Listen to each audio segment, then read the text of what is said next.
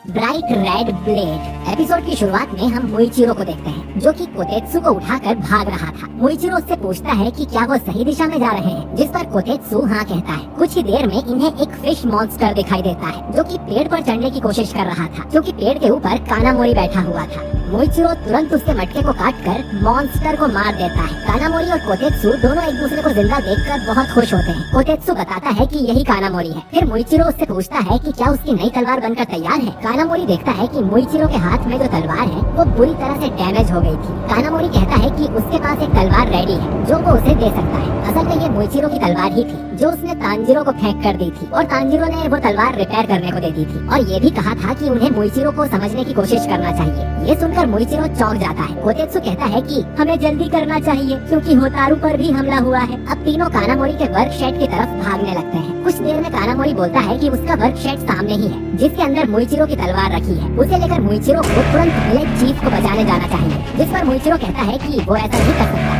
फिर वो कानामोरी को पकड़ के रोक लेता है क्योंकि उसे एहसास हो गया था कि आसपास कोई डीमन है। फिर एक झाड़ी में से एक मटका लुढ़कता हुआ बाहर आता है। मटके में से आवाज आती है कि तुमने मुझे नोटिस कर लिया। फिर उसमें से अपर रैंक 5 का डीमन उपयोग को बाहर निकलता है और हंसते हुए कहता है कि तुम जरूर हसीना हो, क्या ये वर्कशॉप तुम्हारे लिए खास है। इधर फिश डीमन विलेज को तबाह कर रहे हैं।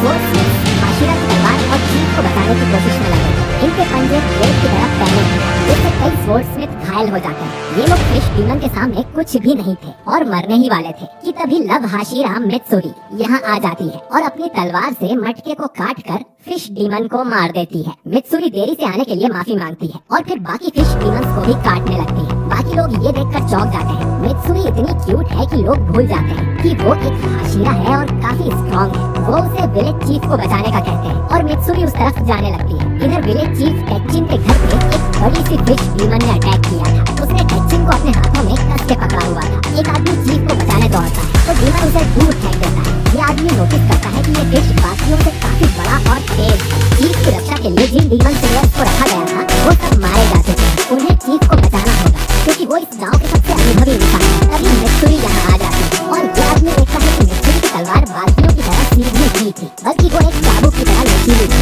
इसे खुद चीफ टेक्चिन ने बनाया था। वो फिश डीमन गुस्से में दहाड़ता है और मित्सुरी उससे लव ब्रीदिंग फर्स्ट फॉर्म से अटैक करती है जो था शिवर ऑफ फर्स्ट लव। वो एक ही बार में इस डीमन के चारों मटके काट देती है जिससे ये मर जाता है। डीमन की बॉडी राख हो जाती है और टेक्चिन उसकी पकड़ से छूटकर गिरने लगता है, लेकिन मित्सुरी उसे कैच कर लेती है और पूछती है कि क्या वो ठीक है। टेक्चिन बोलता है कि वो इतनी सुंदर लड़की की बाहों में है तो उसे भला क्या ही होगा। पीछे एक आदमी बोलता है कि वो भी सिर के बल गिर गया था, क्या मित्सुरी उसका हाथ पकड़ सकती है। जिस पर टेक्चिन बोलता है कि चुपचाप पड़े रहो। इधर तांजीरो को एक अजीब सी स्मेल आने लगती है और वो होश में आकर देखता है कि नेज़ुको उसे उठाकर भाग रही है। तो फिर उन पर बिजली गिराने लगता है। नेज़ुको बचने की काफी कोशिश करती है लेकिन उसे बिजली का झटका लग जाता है। तांजीरो देखता है कि कोरोकी उन्हें मारने आ रहा था तो वो नेज़ुको को उठाकर भागने लगता है। सेकिरो अब गुस्से में कराकू से कहता है कि उन्हें खत्म कर दो। कराकू अपने पंखे से उन पर हवा का झोंका भेजता है लेकिन तांजीरो उससे बच जाता है। लेकिन फिर कराकू और भी पावरफुल अटैक करता है जिससे पूरी बिल्डिंग भी तबाह हो जाती है और तांजीरो भी उसकी लपेट में आ जाता है। लेकिन गिरते गिरते नेज़ुको तांजीरो की तलवार पकड़ लेती है। अब इनके सामने सिर्फ मलबा ही बचा था और इस मलबे में ये डीमन तांजीरो और नेज़ुको को ढूंढने लगते हैं। इधर नेज़ुको एक बड़े से मलबे के नीचे दब गई है। तांजीरो नेज़ुको से कहता है कि वो तलवार छोड़ दे ताकि वो उसकी मदद कर सके, लेकिन नेज़ुको तलवार को और कसके पकड़ लेती है जिससे उसका खून बहने लगता है। तांजीरो देखता है कि डीमंस इन्हें खोजते हुए इस तरफ ही आ रहे थे, लेकिन फिर भी नेज़ुको तलवार नहीं छोड़ती। इधर जोको खुद को इंट्रोड्यूस करता है और कहता है कि इन्हें मारने से पहले वो इनको कुछ दिखाना चाहता है। वो इन्हें अपनी कलाकृति दिखाना चाहता था। जो सुन मोइचिरो थोड़ा कंफ्यूज हो जाता है। फिर जोको ताली बजाकर एक दूसरा मटका प्रकट करता है और उसमें से 5 स्वॉर्डस्मिथ के मरोड़े हुए शरीर निकलते हैं और उन सबके अंदर एक तलवार भी घुसी हुई थी। ये नजारा देखकर कोतेत्सु और कानामोरी पूरी तरह से डर जाते हैं। वो इन सब लोगों को पहचान लेते हैं और इनमें से एक कोतेत्सु के अंकल थे। जोको बड़े गर्व के साथ अपनी इस कलाकृति के बारे में सबको बताता है कि मैंने सबके अंदर एक तलवार घुसाई है और इनके आधे मास्क को तोड़ दिया है और सबसे अच्छी बात यह है कि जब इन तलवारों को घुमाया जाता है तो ये दर्द से चिल्लाते हैं।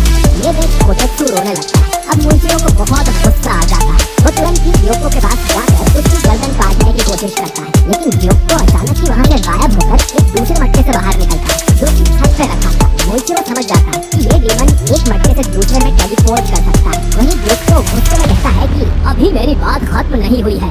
मोइचिरो फिर से अटैक करता है, लेकिन सिर्फ उसका मटका ही काट पाता है और ग्योको यहाँ से भी गायब होकर एक तीसरे मटके में चला जाता है। मोइचिरो समझ जाता है कि ग्योको जहाँ चाहे वहाँ मटके प्रकट कर सकता है, लेकिन ये हानटेंगू की तरह अपनी गर्दन कटवाने की कोशिश नहीं कर रहा, यानी कि शायद ये डीमन गर्दन कटने से मर सकता है। ग्योको अब मोइचिरो पर बहुत गुस्सा हो जाता है उसका पुराना मटका काटने के लिए। ग्योको अब अपने हाथ में एक मटका बनाता है जिसमें से 2 गोल्ड फिश निकलती है। ये फिश अपने मुंह से सैकड़ों नीडल्स मोइचिरो पर शूट करती है, लेकिन मोइचिरो इनसे बच जाता है। कोटेत्सु ये देख चिल्लाता है तो फिश उनकी तरफ मुड़कर अटैक कर देती है, लेकिन मोइचिरो इनके सामने खड़ा होकर इनकी जान बचा लेता है, लेकिन खुद उसमें कई सारी नीडल्स घुस गई है। वो उन दोनों से कहता है कि वो भागकर कहीं छुप जाए। दोनों फिश फिर से अटैक करती है तो मोइचिरो अपनी तलवार से उन्हें रोक देता है। मोइचिरो को इस हालत में देखकर ग्योको बहुत खुश होता है और ये भी कहता है कि इन नीडल्स का जहर जल्दी असर दिखाएगा और इसका पूरा शरीर पैरालाइज हो जाएगा।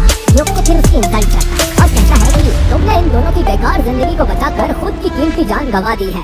अब ये लाइन सुनकर मोइचिरो को कुछ होता है। उसे याद आता है कि उससे कई साल पहले भी किसी ने यही बात कही थी कि तुम्हारी जिंदगी बेकार है। मोइचिरो याद करता है कि वो गर्मियों का मौसम था, बाहर इतनी गर्मी थी इसीलिए उन्होंने दरवाजा खुला रखा था। अब ग्योको कहता है कि मैं इस हाशिरा की भी एक कलाकृति बनाऊंगा।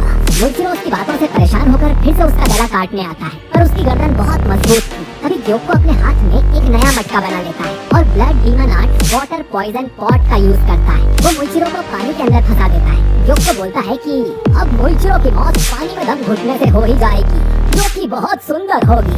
मोइचिरो अपनी तलवार से इस पानी को काटने की कोशिश करता है, लेकिन कोई फायदा नहीं होता। ग्योको कहता है कि मैंने एक डीमन स्लेयर के सबसे खतरनाक हथियार को ही बंद कर दिया है, जो कि है उसकी ब्रीदिंग। तुम्हारे मरने के बाद मैं विलेज को पूरी तरह से तबाह कर दूंगा, जिससे डीमन स्लेयर्स के पास लड़ने को तलवारें ही नहीं होंगी और वो घुटने पर आ जाएंगे। फिर हम मास्टर कागाया की गर्दन भी आराम से काट देंगे।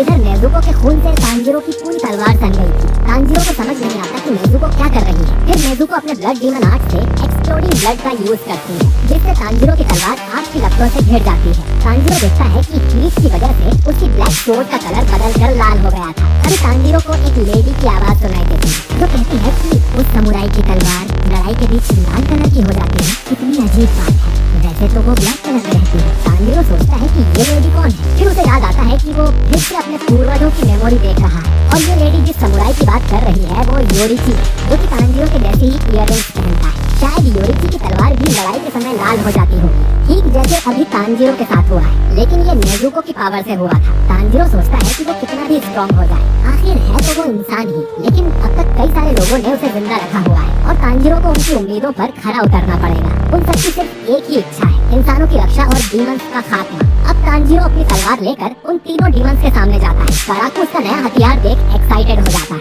उरोगी बोलता है कि इससे कुछ भी नहीं होगा और वो तांजिरो को मारने जाने लगता है, लेकिन सेकिरो नोटिस करता है कि तांजिरो की तलवार का रंग लाल है और क्योंकि सभी किजुकी के अंदर मोजान का ब्लड है तो सेकिरो के अंदर मोजान की मेमोरीज ट्रिगर हो जाती है। उसे याद आता है कि ये वैसी ही तलवार है जैसी उस समुराई के पास थी जिसने डीमंस के राजा मोजान को मार ही डाला था। अब तांजिरो के सिर का मार्क बदलकर दूसरा शेप ले लेता है, ठीक जैसा सीजन 2 में हुआ था। तांजिरो अटैक के लिए अपनी तलवार उठाता है और उसके पीछे योरिची की छवि दिखाई देने लगती है, जो देखकर सेकिरो और उरुगी बहुत डर जाते हैं। फिर तांजिरो हिनोका में कागुरा का यूज करके उरुगी की गर्दन काट देता है। फिर तुरंत ही आगे बढ़कर काराकू और आखिर में सेकिरो की भी गर्दन काट के अलग कर देता है और इस फॉर्म का नाम था ड्रैगन सन हेलो हेड डांस। तीनों डीमंस के शरीर बेजान होकर नीचे गिर जाते हैं। तांजिरो को याद आता है कि जब उसने ग्यूटारो को मारा था तब भी उसकी ब्रीदिंग और पावर काफी बढ़ गई थी, जैसे उसके पूरे शरीर और माथे पर आग लगी हो। तांजिरो को लगता है कि अगर वो इन चारों क्लोन्स का सिर एक साथ काट दे तो इस डीमन की मौत हो जाएगी और अब वो इस चौथे डीमन को खोजने लगता है। लेकिन जंगल में उसे गैन्या दिखाई देता है जिसने आदेत्सु का भाला उसी में घुसा दिया था और ऑलरेडी उसकी गर्दन काट दी थी। तांजिरो अब खुश होकर गैन्या को आवाज लगाता है, पर गैन्या जैसे ही मुड़ता है तो हम देखते हैं कि उसके दांत लंबे हो गए थे और उसकी आंखें भी येलो हो गई थी। गैन्या अब बिल्कुल एक डीमन की तरह दिख रहा था। ये देखकर तांजिरो हैरान हो जाता है और ये एपिसोड यहीं पर खत्म हो जाता है। तो दोस्तों आपको ये एपिसोड कैसा लगा कमेंट करके जरूर बताइए। मुझे तो ये एपिसोड भी कमाल का लगा है। मित्सुरी और तांजीरो के फाइट सीन्स में कमाल का एनिमेशन था। लेकिन क्या गेन्या भी अब एक डीमन बन गया है? क्या तांजीरो ने हानटेंगु डीमन को मार दिया? क्या मोइचिरो ग्योको के जाल से जिंदा बच पाएगा? ये सब हमें अगले एपिसोड में ही पता चलेगा। तो उसे मिस ना करने के लिए अगर आपने हमारे चैनल वाइपर एनिमे एक्सप्लेन को सब्सक्राइब नहीं किया है तो जल्दी से सब्सक्राइब करके बेल आइकन जरूर दबाइए। बाकी इस वीडियो को लाइक और शेयर करना बिल्कुल मत भूलिएगा। मैं मिलता हूँ आपसे अगले एपिसोड के साथ। शुक्रिया।